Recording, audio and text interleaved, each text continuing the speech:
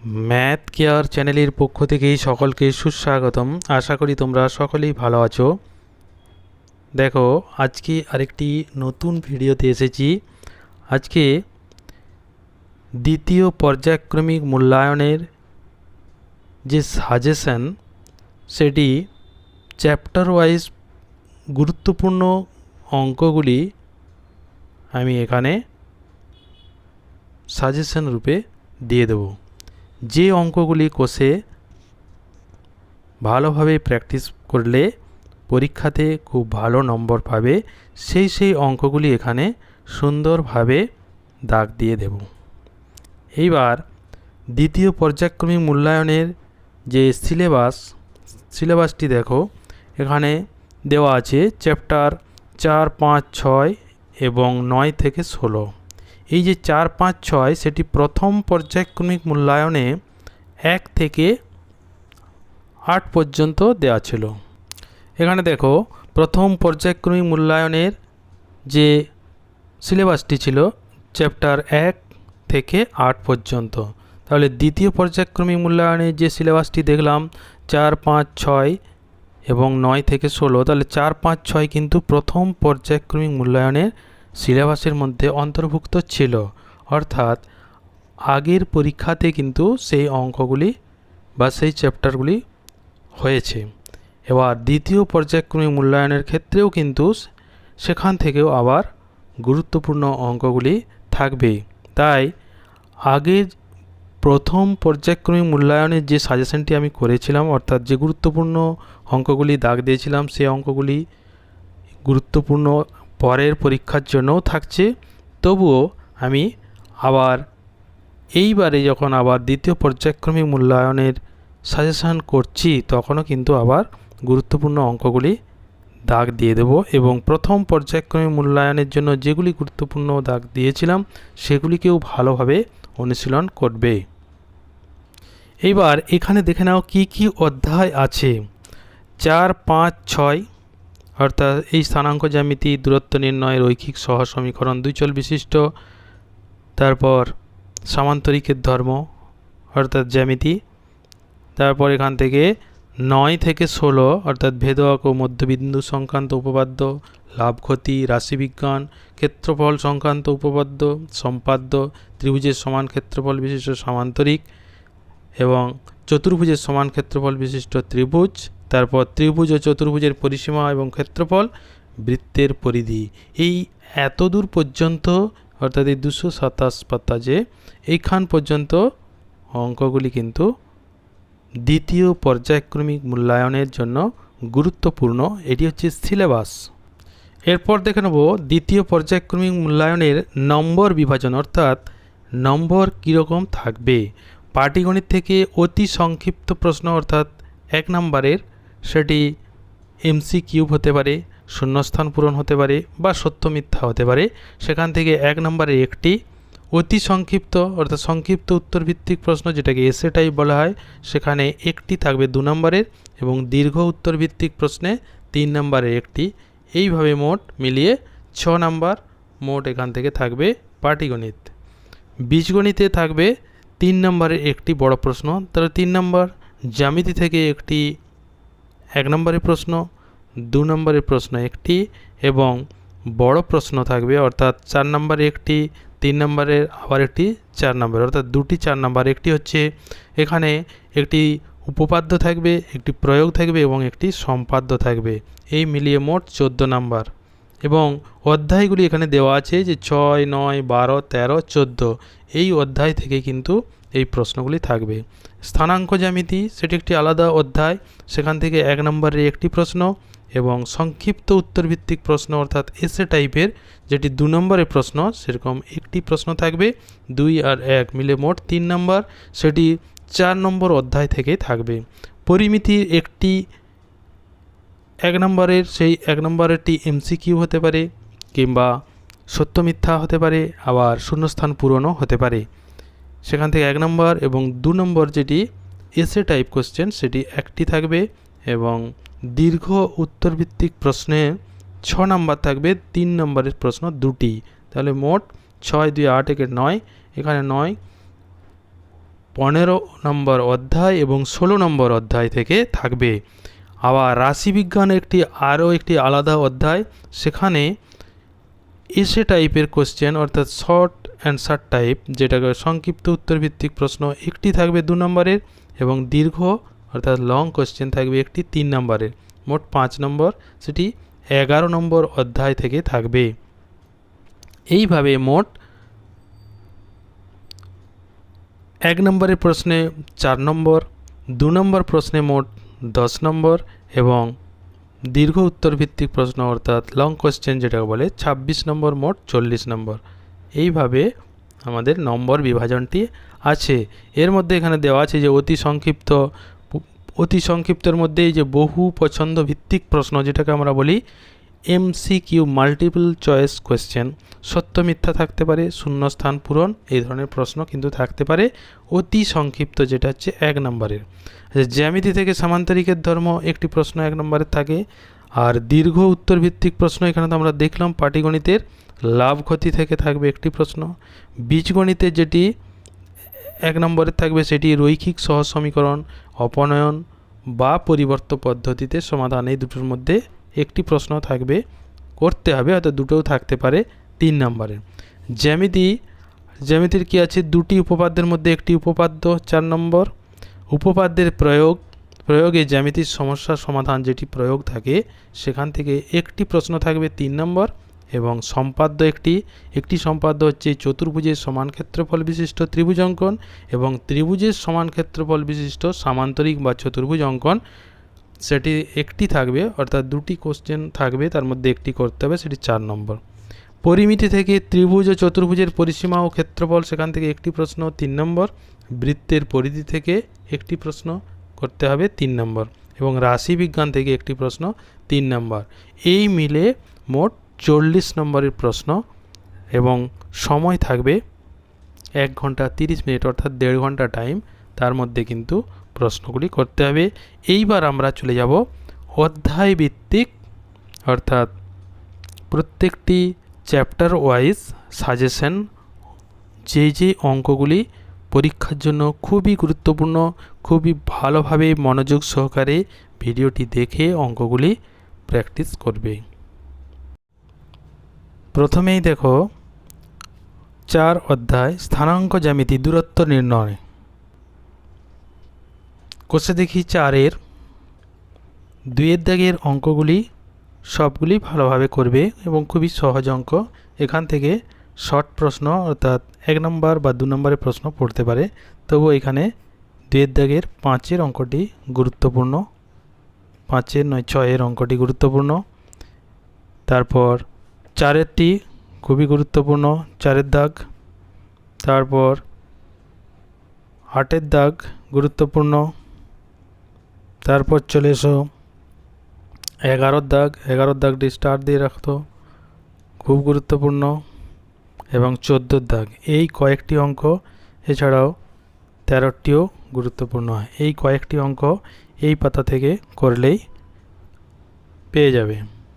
তারপর এমসিকিউ 15 দাগের সবগুলি গুরুত্বপূর্ণ, তার মধ্যে 3-এর দাগটি আরও ভালোভাবে দেখে যাবে এবং 16-র দাগের যে 5টি অঙ্ক আছে 5টি খুবই সহজ অঙ্ক, এর মধ্যে 2-এর অঙ্কটি খুব গুরুত্বপূর্ণ অঙ্ক, এইগুলি খুব ভালোভাবে দেখে যাবে। তারপর চলে এসো 5-এর অধ্যায় রৈখিক সহজ সমীকরণ। এখানে দ্বিতীয় পর্যায়ক্রমিক মূল্যায়নের ক্ষেত্রে বলা আছে পরিবর্ত এবং অপনয়ন পদ্ধতিতে সমাধান। অপনয়ন পদ্ধতিতে কোষে দেখি 5.3-এর সব অঙ্কগুলি একই নিয়মে হবে এবং প্রায় একই ধরনের অঙ্ক, তবুও এখানে কয়েকটি অঙ্ক আমি গুরুত্বপূর্ণ হিসেবে দাগ দিচ্ছি, যেমন 4-এর দাগের 14, 12 এবং 5, এখানে 7, 9, এই কয়েকটি অঙ্ক আরও ভালোভাবে দেখে যাবে।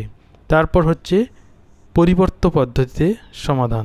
পরিবর্ত পদ্ধতিতে সমাধান কোষে দেখি 5.5-এর, এখানেও প্রত্যেকটি অঙ্ক একই নিয়মে, তবুও এখানে গুরুত্বপূর্ণ তার মধ্যেও আছে, যেমন 5-এর দাগের 4, 7, 5 এবং 8, এই কয়েকটি অঙ্ক খুব ভালোভাবে কষে যাবে। তারপর দেখো অধ্যায় 6 সামান্তরিকের ধর্ম। এখানে উপপাদ্য আছে এবং উপপাদ্যের প্রয়োগ আছে। উপপাদ্যগুলি যেহেতু প্রথমবার এই চ্যাপ্টারটি পরীক্ষা হয়েছে অর্থাৎ প্রথম পর্যায়ক্রমিক মূল্যায়নে, তাই গুরুত্বপূর্ণ উপপাদ্যগুলি এখান থেকে ভালোভাবে করে নেবে, যার মধ্যে 15টি খুবই গুরুত্বপূর্ণ, স্টার দিলাম। 17 উপপাদ্যটিও গুরুত্বপূর্ণ, এটিও স্টার দিয়ে রাখো। এবং 19টি, এই 3টি উপপাদ্য এখান থেকে খুবই গুরুত্বপূর্ণ। এবং প্রয়োগ 86 পাতায় দেখো 18 যে প্রয়োগ, এই প্রয়োগটি খুব গুরুত্বপূর্ণ, এটি ডবল স্টার দিয়ে দিলাম। এইটি কিন্তু খুব ভালোভাবে অনুশীলন করবে। তারপর এবার চলে এসো অধ্যায় 9 ভেদক ও মধ্যবিন্দু সংক্রান্ত উপপাদ্য। এখানে যে উপপাদ্যগুলি আছে গুরুত্বপূর্ণ উপপাদ্য, এবং সেগুলি খুব ভালোভাবে কষতে হবে এবং খুব সুন্দরভাবে প্র্যাকটিস করতে হবে। উপপাদ্য 20 গুরুত্বপূর্ণ উপপাদ্য। তারপর এখানে প্রয়োগ 7 এবং 8, এই দুটি প্রয়োগ খুবই গুরুত্বপূর্ণ। উপপাদ্য 21, এইটিও গুরুত্বপূর্ণ। 20 এবং 21 উপপাদ্য সম্পূর্ণ বিপরীত, তাই এই দুটি উপপাদ্য খুবই ভালোভাবে করবে। এখানে এই 132 পাতা দেখো, এখানে যে এমসিকিউ প্রশ্ন অর্থাৎ 15 দাগের প্রত্যেকটি অঙ্ক খুব গুরুত্বপূর্ণ। এখান থেকে কিন্তু 1 নম্বরে একটি প্রশ্ন পড়বেই, তার মধ্যে 3 দাগেরটি কিন্তু আরও বেশি গুরুত্বপূর্ণ, এগুলি খুব ভালোভাবে কোর্সে যাবে। তারপরে এবার চলে এসো অধ্যায় 10 হচ্ছে লাভ ক্ষতি। লাভ ক্ষতির অঙ্ক এখানে দেখো যে উদাহরণের অঙ্ক অর্থাৎ 9 দাগের অঙ্কটি, এটি কিন্তু খুব গুরুত্বপূর্ণ অঙ্ক। তারপর এই 12 দাগের অঙ্কটি, এটিও গুরুত্বপূর্ণ অঙ্ক। তারপর কোর্সে দেখি 10.1-এর 10, 11 খুবই গুরুত্বপূর্ণ, 12, 15, 16 এইগুলি খুব গুরুত্বপূর্ণ অঙ্ক। তারপর হচ্ছে 18, 19 এবং 21, এর মধ্যে 18 অঙ্ক খুব গুরুত্বপূর্ণ, ডবল স্টার দিয়ে রাখো। এবং 21-এর অঙ্ক খুব গুরুত্বপূর্ণ। কোর্সে দেখি 10.2-এর এখানে যে কয়েকটি অঙ্ক আছে 1-এর দাগ 2-এর দাগ, এখান থেকে বড় প্রশ্ন পড়ে, কিন্তু এই যে 1, 2, 3 এরকম পার্ট করে আছে, যে কোনো একটি পার্ট হয়তো দিয়ে দিতে পারে, যেমন 2-এর দাগের অঙ্কটি খুব গুরুত্বপূর্ণ অঙ্ক। তারপর এখানে এমসিকিউ 4-এর দাগের যে প্রশ্নগুলি প্রত্যেকটি গুরুত্বপূর্ণ 1 থেকে 5 পর্যন্ত, তার মধ্যে 3-এর দাগেরটি এবং 1-এরটি, এই দুটি খুব গুরুত্বপূর্ণ। এবং 5-এর দাগে যেটি আছে 1-এর দাগ 2-এর দাগ খুব গুরুত্বপূর্ণ অঙ্ক, এবং 6-এরটি ভেরি ইম্পর্ট্যান্ট। তারপর চলে এসো অধ্যায় 11 রাশিবিজ্ঞান। এখান থেকে একটি বড় প্রশ্ন অর্থাৎ 3 নম্বরের প্রশ্ন পড়ে। এখানে উদাহরণে যে 8-এর দাগের অঙ্কটি, এটি খুব গুরুত্বপূর্ণ অঙ্ক। এই ক্ষুদ্রতর সূচক ক্রমযুগী পরিসংখ্যা এবং বৃহত্তর সূচক ক্রমযুগী পরিসংখ্যা দুটি কিন্তু ভালোভাবে দেখে যাবে, যে কোনো একটি কিন্তু এখান থেকে দিতে পারে। তারপর কোর্সে দেখি 11.1-এর এখানে প্রথমে 1, 2, 3, 4 এই অঙ্কগুলি খুবই সহজ অঙ্ক, এবং এগুলো ট্যালিমার্ক এবং পরিসংখ্যা বিভাজন তালিকা তৈরি করতে বলে, এগুলি খুবই সহজ। এবং এখানে ইম্পর্টেন্ট অঙ্ক হচ্ছে 5 এবং 6-এর অঙ্ক খুবই গুরুত্বপূর্ণ। 7-এর দাগের অঙ্কটিও খুব গুরুত্বপূর্ণ অঙ্ক। তারপর 8-এর এমসিকিউবের প্রত্যেকটি প্রশ্নই গুরুত্বপূর্ণ, তার মধ্যে 4-এরটি কিন্তু খুবই গুরুত্বপূর্ণ, প্রায়ই পড়ে, এটি খুব গুরুত্বপূর্ণ অঙ্ক 4-এরটি, এবং 5-এরটিও 4, 5। তারপর 9-এর দাগের যেটি অতি সংক্ষিপ্ত প্রশ্ন, সংক্ষিপ্ত উত্তরভিত্তিক প্রশ্ন, এখানে বিয়ের দাগের অঙ্কটি খুব গুরুত্বপূর্ণ অঙ্ক। তারপর দেখো কোর্সে দেখি 11.2-এর 1 থেকে যতগুলি অঙ্ক আছে একই ধরনের অঙ্ক। এখানে পরিসংখ্যা বহুভুজ অঙ্কন বা পরিসংখ্যা বহুভুজ বা আয়তলেখ অঙ্কন এইগুলি থাকে। এখানের মধ্যে 4-এর দাগ গুরুত্বপূর্ণ অঙ্ক, 6-এর দাগ গুরুত্বপূর্ণ, তারপর এখানে 8-এর দাগ গুরুত্বপূর্ণ এবং 10,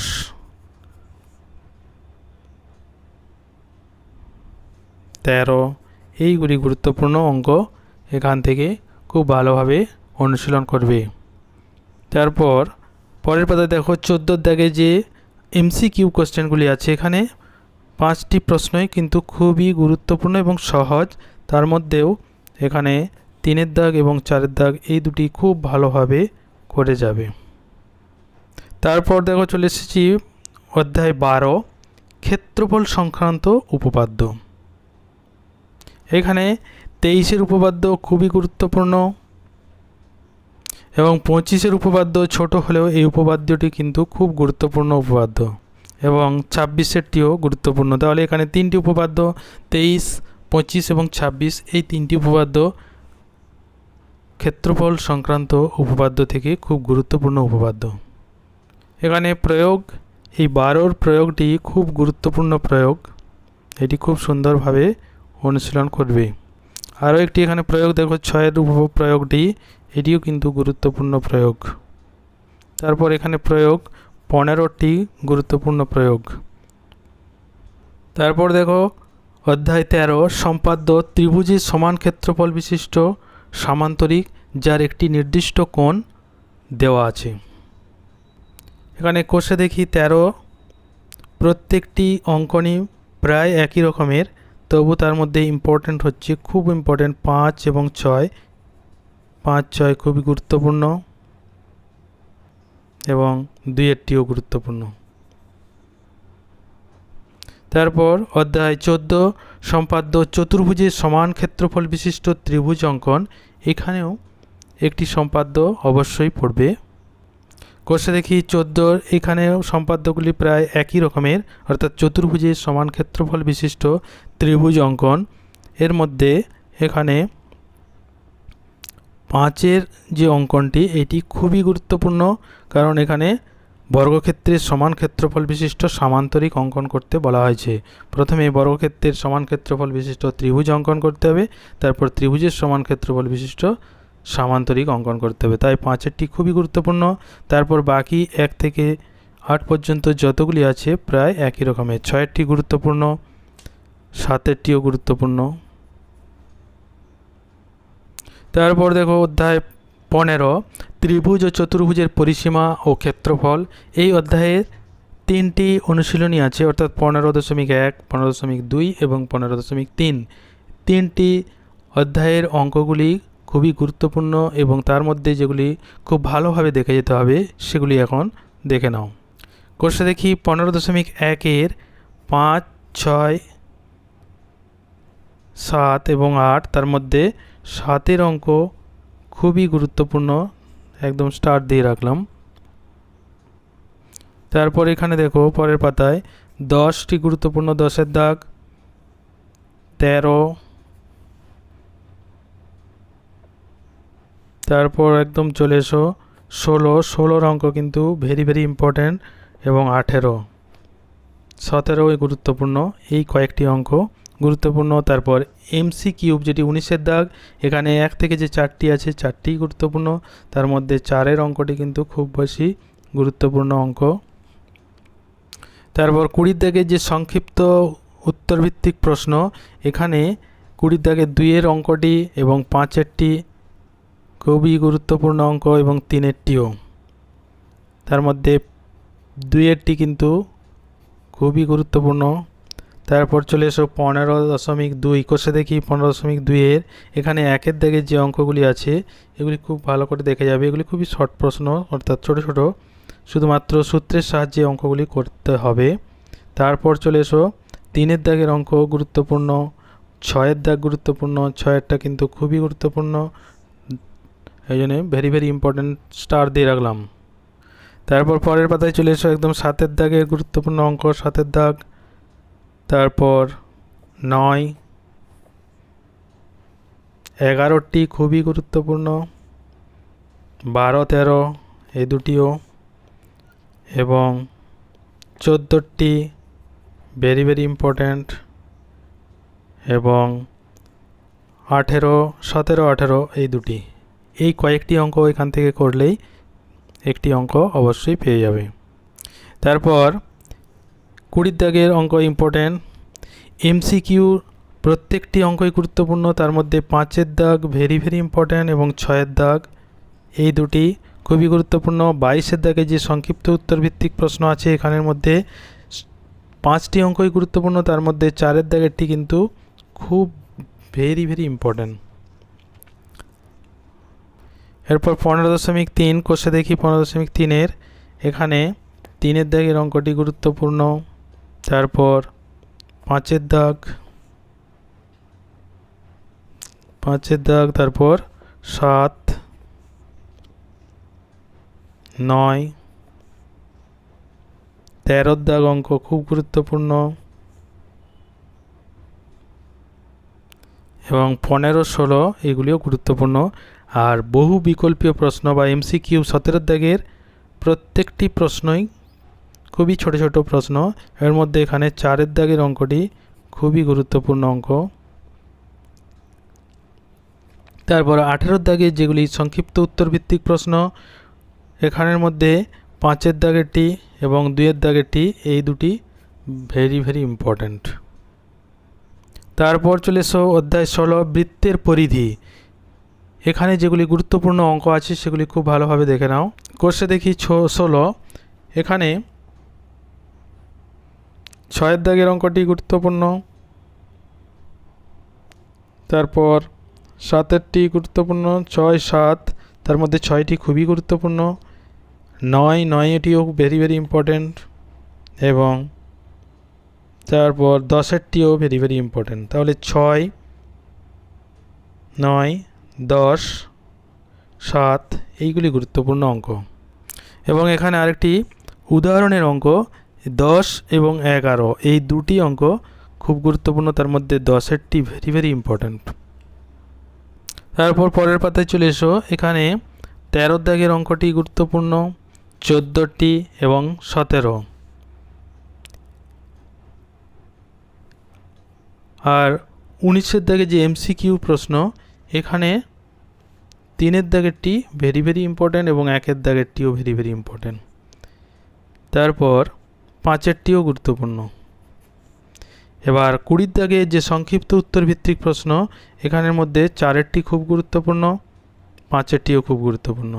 তাহলে এই হয়ে গেল দ্বিতীয় পর্যায়ক্রমিক মূল্যায়নের গুরুত্বপূর্ণ অঙ্ক এবং উপপাদ্য এবং প্রয়োগ। প্রত্যেকটি অঙ্ক খুব ভালোভাবে অনুশীলন করলে পরীক্ষাতে তোমরা সব অঙ্কই প্রায় কমন পেয়ে যাবে। তাহলে ভিডিওটি এই পর্যন্তই। প্রথম থেকে শেষ পর্যন্ত ভিডিওটি দেখার জন্য সকলকে অসংখ্য ধন্যবাদ। সবাই ভালো থাকবে এবং সুস্থ থাকবে।